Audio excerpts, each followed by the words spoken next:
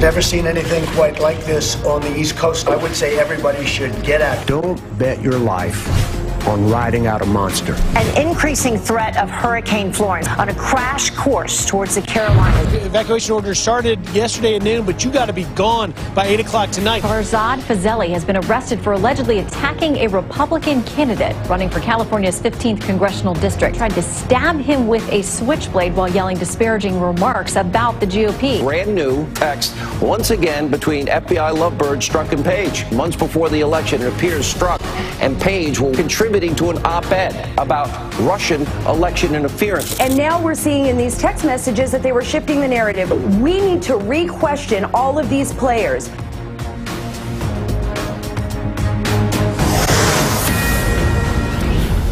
This is a Fox News alert. The clock is ticking as millions of people are told to pack up and head to higher ground as Hurricane Florence heads for the Carolinas. Wow, look at that aerial footage. Mandatory evacuation orders now in place as that massive storm. It's a monster as it's surging. All of the water surge is expected to slam the East Coast, and President Trump sounding off on the potential catastrophic damage to come. They haven't seen anything like what's coming at us in 25, 30 years, maybe ever. It's tremendously big. We have live Fox team coverage this morning. Todd Pyro in Myrtle Beach, South Carolina, where some are ignoring the dire warnings to simply get out. But we begin with our own Griff Jenkins in Atlantic Beach, North Carolina, where folks there are facing a quadruple threat this morning. Good morning, Griff.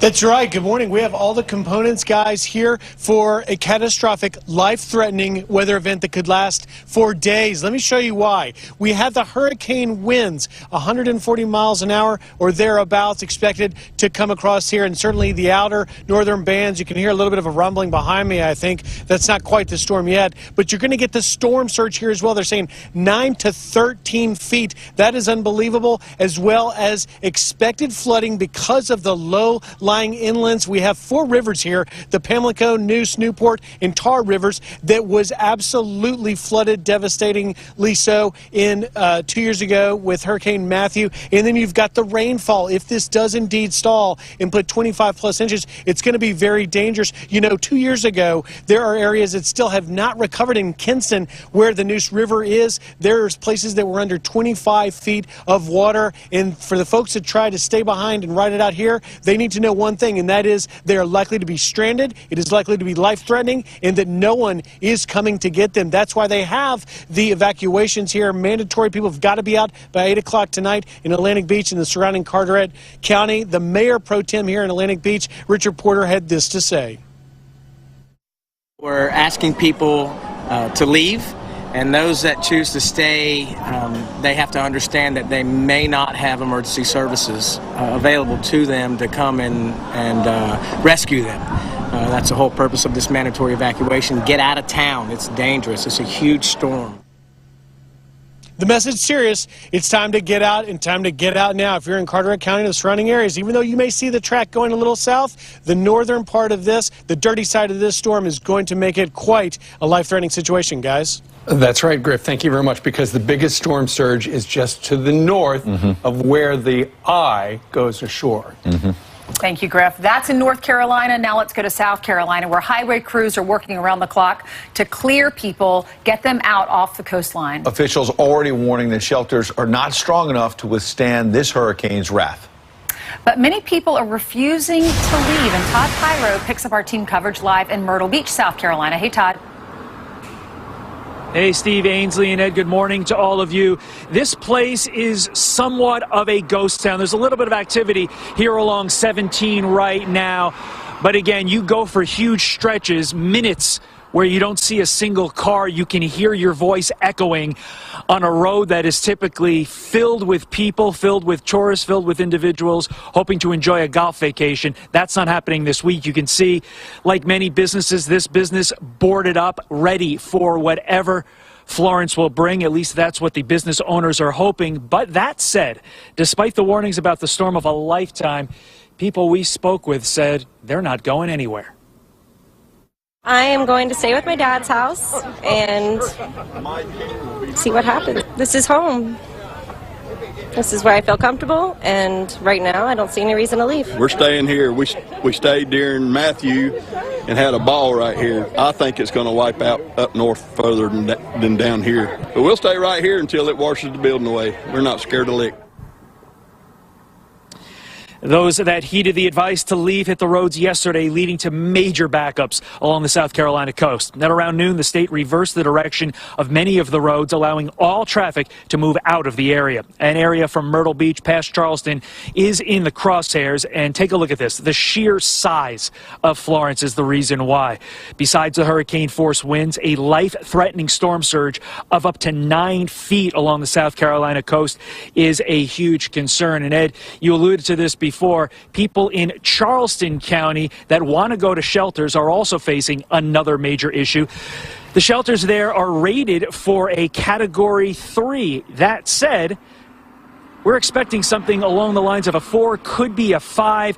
Those individuals that are hoping to go to a shelter in Charleston County could be moved to shelters in neighboring counties. Back to you. All right, Todd Pyro, Griff Jenkins, thank you for those reports. There was somebody on Fox earlier, local official in South Carolina, saying if you don't heed the warning to get out, you literally have to write your name on your limbs, because they're going to need to identify you. That So is you've got to very, listen. very scary. I don't understand why people would stay. That's just not most of our personalities. But I do, you know, my sister lives in Charleston. She evacuated to Columbia and is actually coming to New York for the weekend.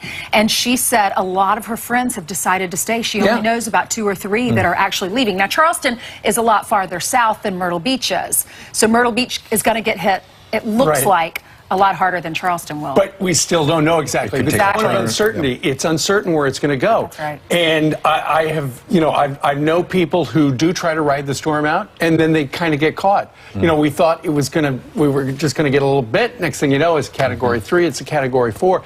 And here's the thing: when you get in trouble, and when he was talking about how the shelters are not rated for the really strong storm, and this is a really strong storm, when you get in big trouble, you call the police to come help you, right?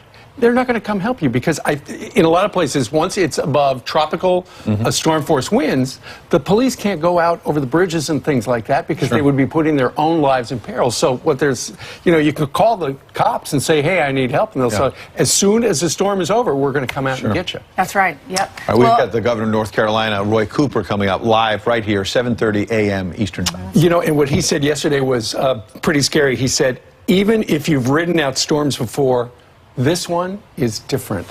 Well, I mean, you see the images of Harvey and what it did to the folks in Texas and how people were stranded in their houses with no electricity, water up to the 2nd, 3rd floor, people on their roofs, not able to get out. When you see those images, even though it probably is not going to happen in your area, there is always a chance. And why risk it? Right, and because of the potential for these super storms, storm winds to come ashore, they're suggesting that some parts of the disaster area, and you know, if it hits hard, it will be a disaster, could be without electricity for weeks. Well, and there are 16 nuclear power plants in the zone. They've already started to shutter down the Brunswick plant, and when they slow that down, where does the electricity? Well, I had friends that were in Florida last year, and I guess it was Harvey. What hit Puerto Rico? Was that Harvey? Irma? Or that large storm? They were without electricity for a week. They had booked plane tickets to get out about 2 days before the storm hit them,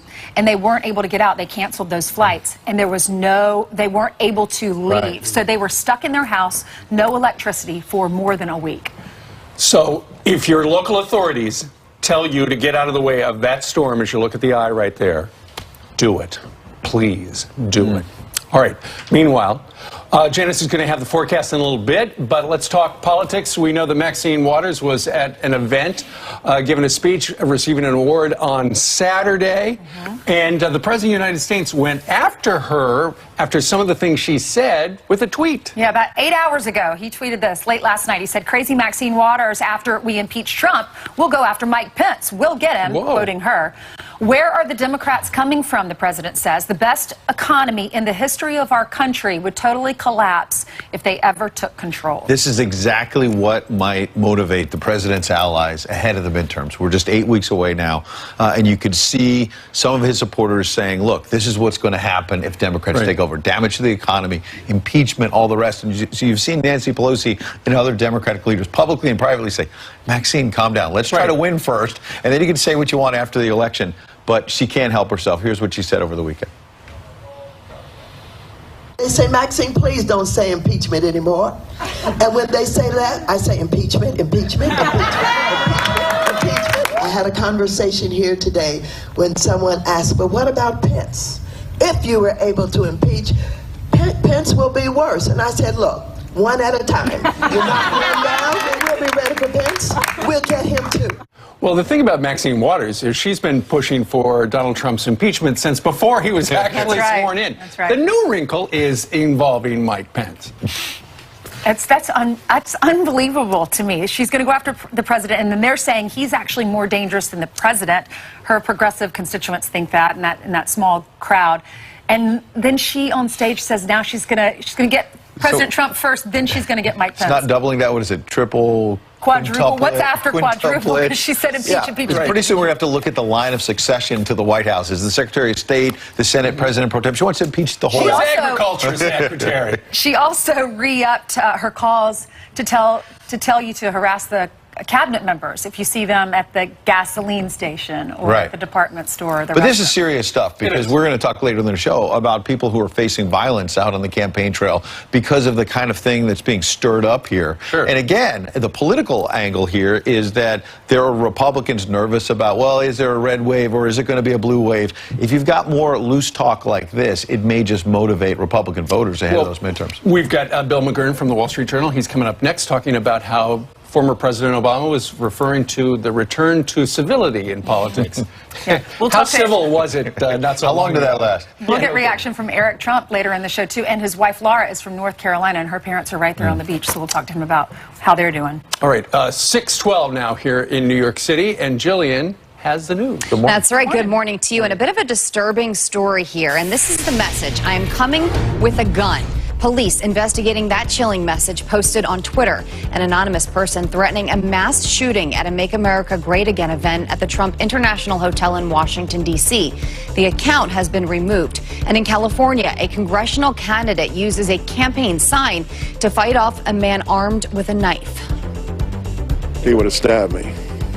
I mean, he had it out saying, I'm going to kill you, MF, or I'm going to kill you. And he was, you could see his thumb trying to get the knife out. Rudy Peters at a town festival when police say Farzad Fazeli attacked. He is under arrest. A Navy vet backed by the president's lawyer, Rudy Giuliani, is now on the path to history. Eddie Edwards winning a Republican primary for a U.S. House seat in New Hampshire. He could become the state's first black congressman in November. And the political revolution is canceled again. Bernie Sanders' son, Levi, gets trounced in a Democratic primary for a congressional seat in New Hampshire. Levi getting just 2% of the vote after his father decided not to endorse him. One of the most senior Catholic Church officials in the U.S. could soon resign. Cardinal Donald Wuerl announcing he will be heading to the Vatican to discuss his future with Pope Francis.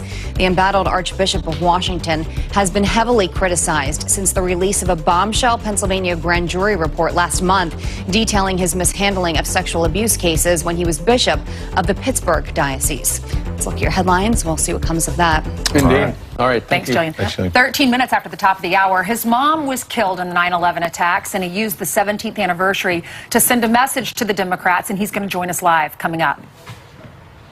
Stop. Stop. Please, stop using the bones and ashes of our loved ones as props in your political theater.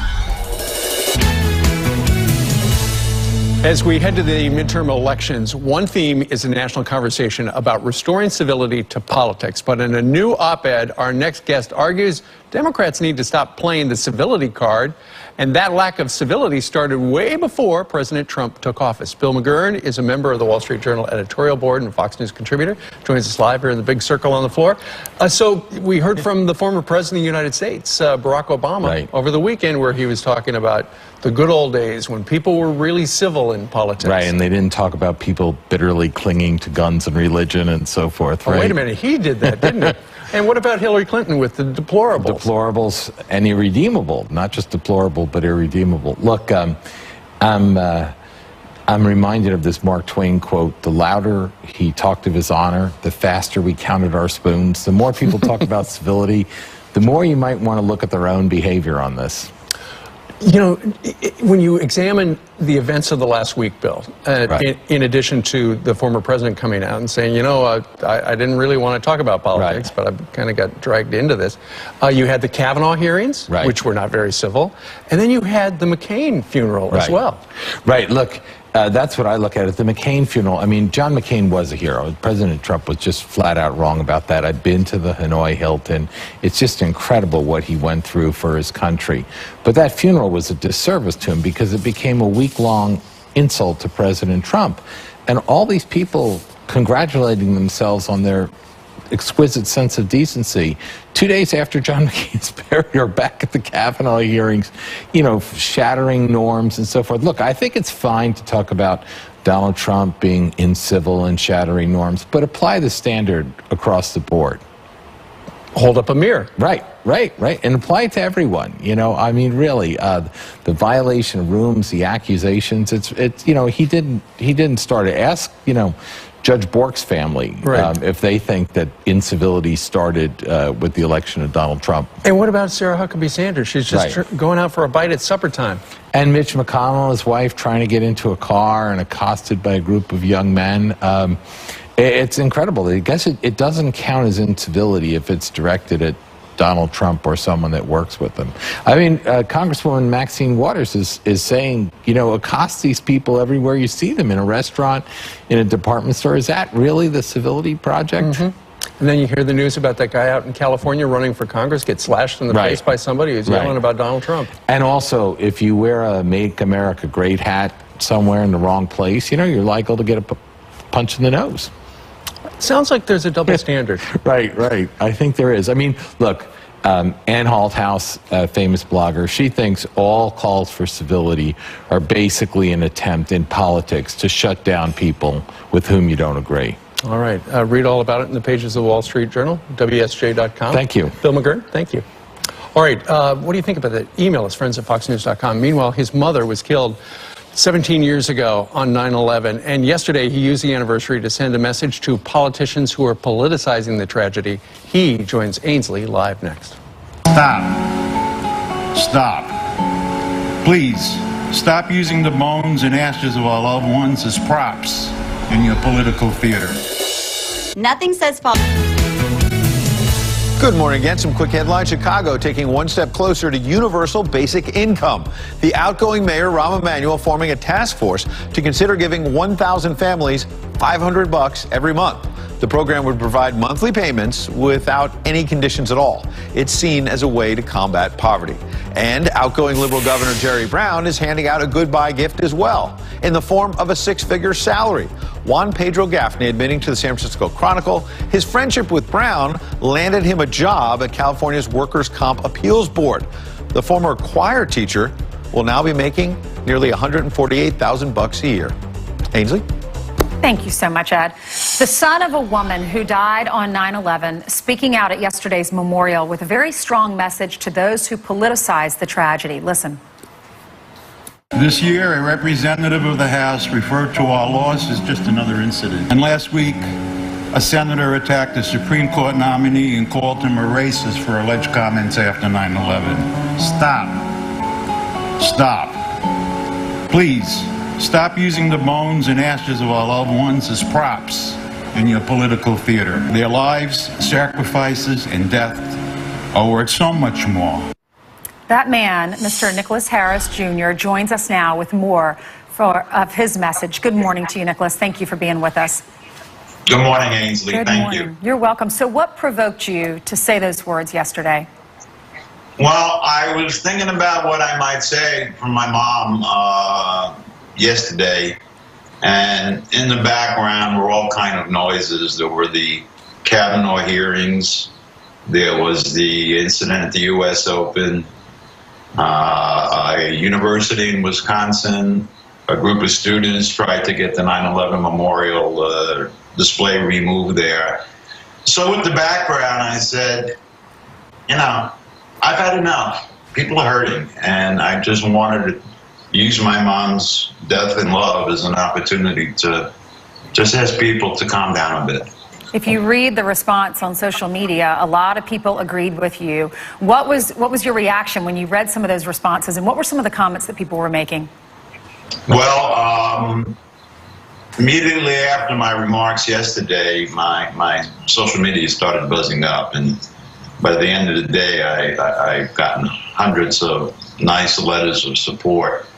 And if I could say a common thread, the first thread, people acknowledged the fact that it was courage to say the remarks as they did. And the second aspect of it, and this pleased me the most, was that my mom must be very proud of me today. And I think that basically summed up the aftermath of the remarks yesterday. Tell us about your mother. My mom, Frances, was a loving mother. She had 3 children, and it's so funny. She probably was the oldest woman at the trade towers. Died. She was 76 at the time. And she didn't want to retire. She just loved going to work. She worked at the firm of Keefe, Bruyette and Woods, and her job was a receptionist. And she used to love Monday mornings because all the young traders used to come and share their weekend with her, ask for advice, whether it be romance or whatever. She was there for everybody. That's great. What floor was she on? She was on, I believe, the high 70s, so she was above the remark. And what's strange is she was also working 10 years previously when the first bombing occurred. And then she was 66, but she had a very hard time going down the steps. And her greatest fear was that she didn't want to go through that again because she required medical attention to exit the building that period earlier. So if she didn't have to walk down those steps, and as we know was said, you know, stay at your desks, everything's all right. Well, my mom did. Nicholas, you were supposed to be there that day, right? Didn't you work in the World Trade Center? Yes, I was working in the World Trade Center at a different company. But the night before, I was called to, at that time, our Baltimore office to give a presentation in the morning. It was supposed to start at 9, and we had the TVs on sort of to kill some time when the news broke. So no, I wasn't there, but if I could share with you the tremendous amount of survivor's guilt that resulted after that, I not only lost my mom, I lost my business and over 200 lifelong professional colleagues and friends and people who worked for me during that period. It's something most of us can't relate to or imagine, but I do know that God kept you alive for a reason, and He has a big plan for your life. Thank you so much for sharing your story. And I think you're right. It's a solemn day, a day to remember, not a day to be political. God bless you. Thank you so much, Ainsley. I really appreciate the opportunity. You're welcome. Thank you. Here comes Florence, the hurricane that's bearing down on the Carolina coast now, and the track just changed overnight. Janice Dean with the latest on that path coming up next. And his investigation led to the impeachment of former President Clinton, and now he's sharing something explosive about Hillary. Ken Starr is live next. But first, happy birthday to our friend Kelsey Ballerini. She turns 25 years old today.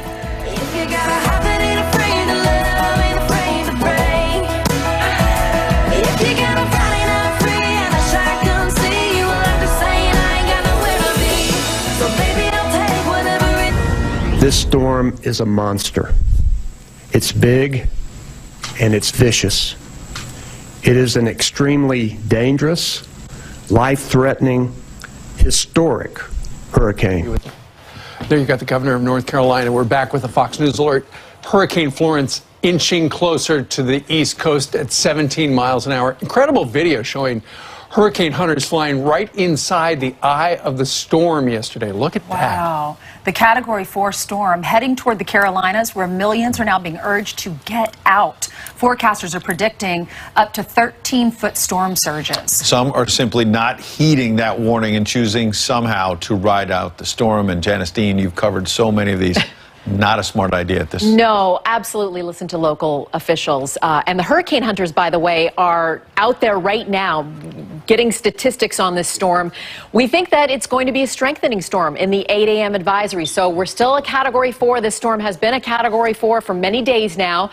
But the forecast models are uncertain. So we're pretty sure we know what happens today and tomorrow. And then a stall. Where does the stall happen? Does it happen before it makes landfall? Does it happen after it makes landfall? And then does it move southward? We are not sure. All we know is we got to watch the forecast models, and you have to listen to your local officials.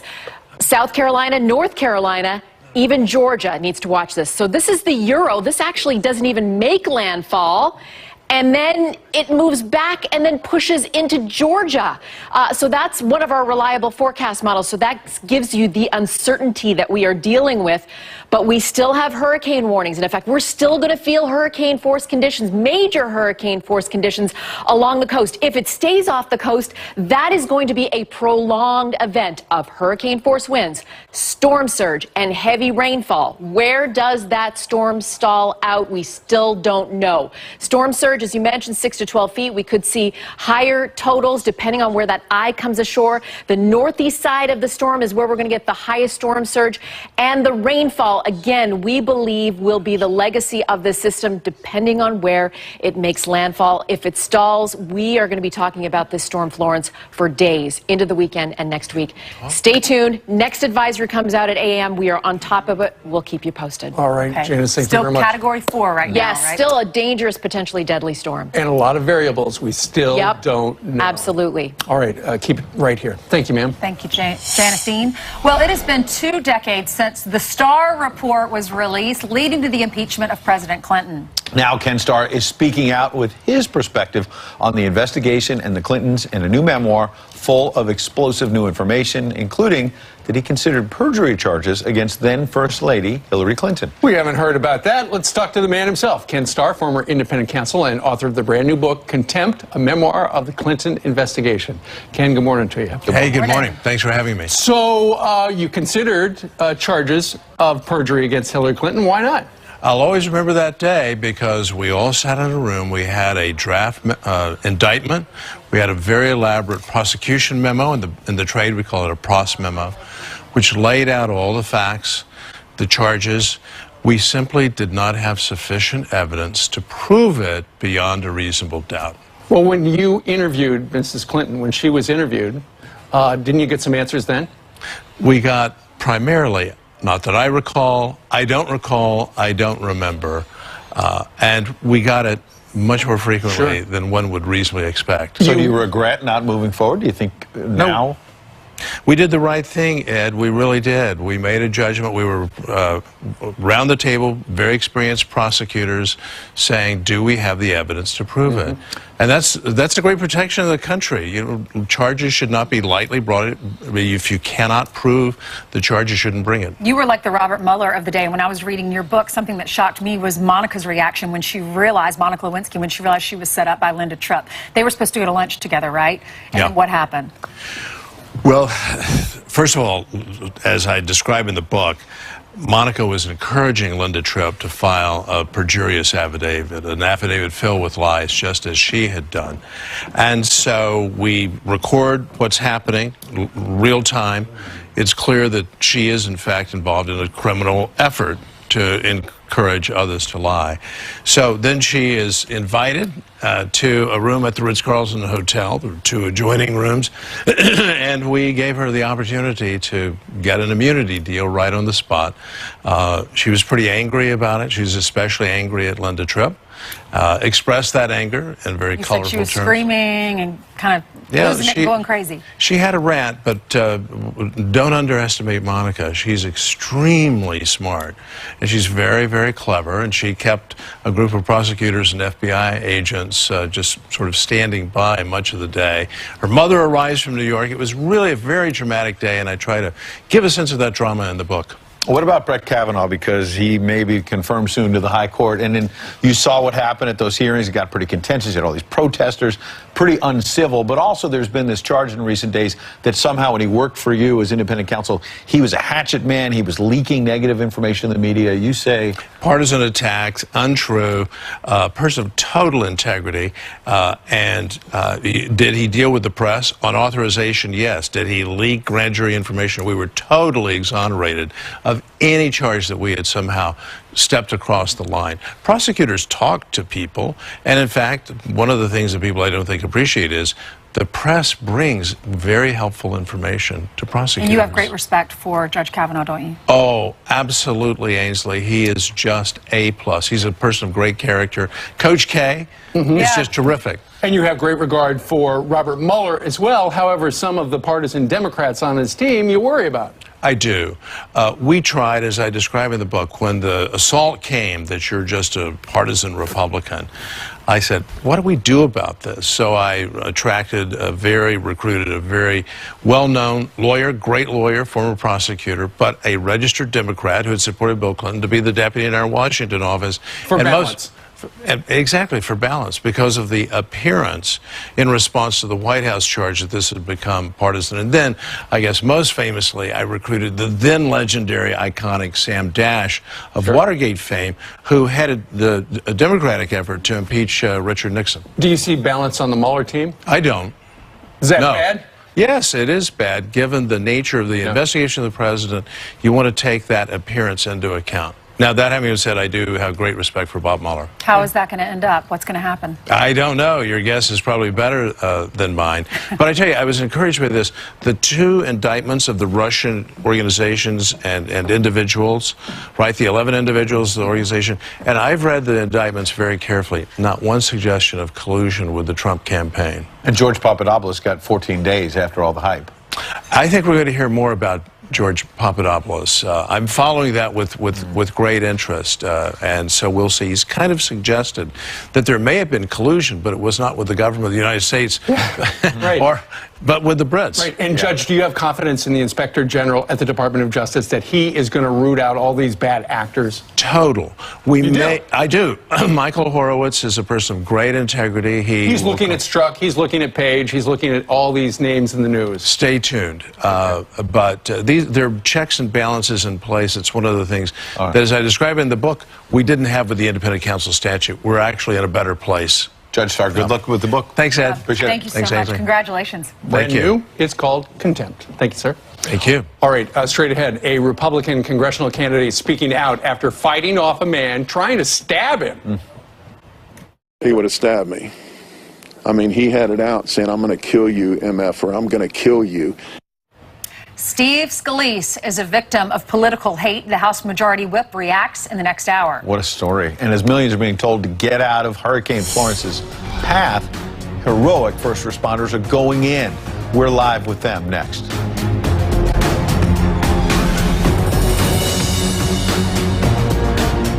C.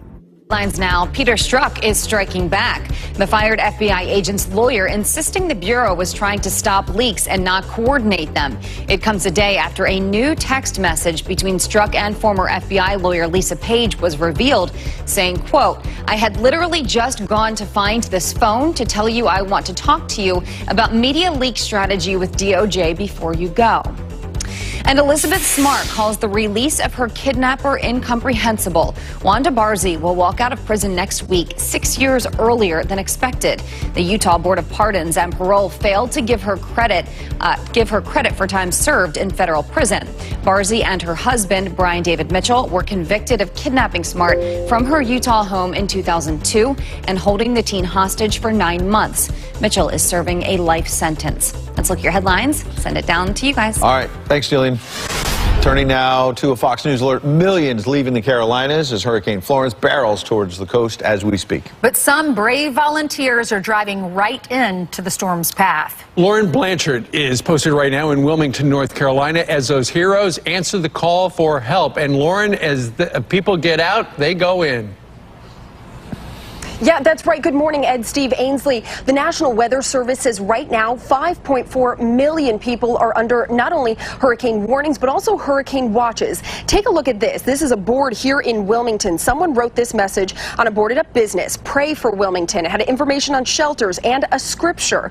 Emergency management has warned people finish those storm preps by tonight because that is when the weather is supposed to get worse. And here's a story in Wrightsville Beach using boards from all of the past storms they've been through. They're now bracing for this currently 500-mile-wide Category 4 hurricane. We're escaping what could be a disaster for us, and we're protecting our family. I'm really scared about this hurricane, and that's why we're leaving.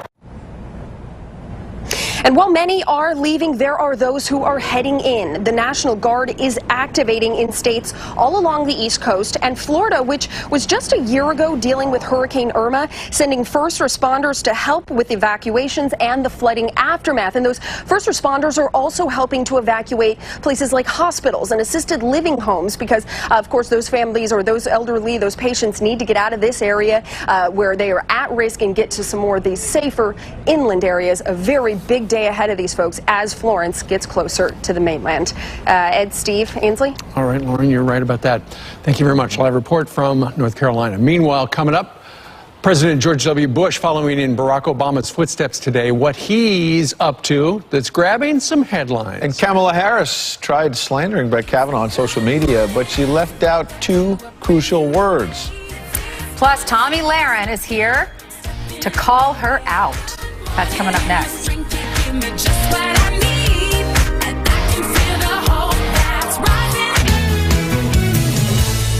As we head to the midterm elections, one theme is a national conversation about restoring civility to politics. But in a new op-ed, our next guest argues Democrats need to stop playing the civility card. And that lack of civility started way before President Trump took office. Bill McGurn is a member of the Wall Street Journal editorial board and Fox News contributor. Joins us live here in the big circle on the floor. So we heard from the former president of the United States, Barack Obama, over the weekend where he was talking about the good old days when people were really civil in politics. Right, and they didn't talk about people bitterly clinging to guns and religion and so forth, Oh, right? wait a minute, he did that, didn't he? And what about Hillary Clinton with the deplorables? Deplorables and irredeemable, not just deplorable, but irredeemable. Look, I'm reminded of this Mark Twain quote: the louder he talked of his honor, the faster we counted our spoons. The more people talk about civility, the more you might want to look at their own behavior on this. You know, when you examine the events of the last week, Bill, in addition to the former president coming out and saying, you know, I didn't really want to talk about politics, but I kind of got dragged into this. You had the Kavanaugh hearings, which were not very civil, and then you had the McCain funeral as well. Right, look, that's what I look at. At the McCain funeral, I mean, John McCain was a hero. President Trump was just flat out wrong about that. I've been to the Hanoi Hilton. It's just incredible what he went through for his country.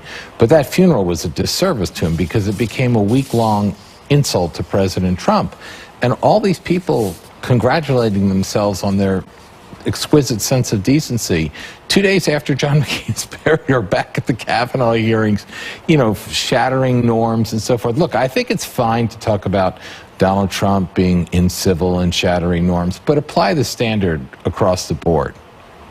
Hold up a mirror. Right, and apply it to everyone. You know, I mean, really, the violation of rooms, the accusations. It's you know, he didn't start it. Ask, you know, Judge Bork's family if they think that incivility started with the election of Donald Trump. And what about Sarah Huckabee Sanders? She's just going out for a bite at supper time. And Mitch McConnell and his wife trying to get into a car and accosted by a group of young men. It's incredible. I guess it doesn't count as incivility if it's directed at Donald Trump or someone that works with him. I mean, Congresswoman Maxine Waters is saying, you know, accost these people everywhere you see them, in a restaurant, in a department store. Is that really the civility project? And then you hear the news about that guy out in California running for Congress get slashed in the face by somebody who's yelling about Donald Trump. And also, if you wear a Make America Great hat somewhere in the wrong place, you know, you're liable to get a punch in the nose.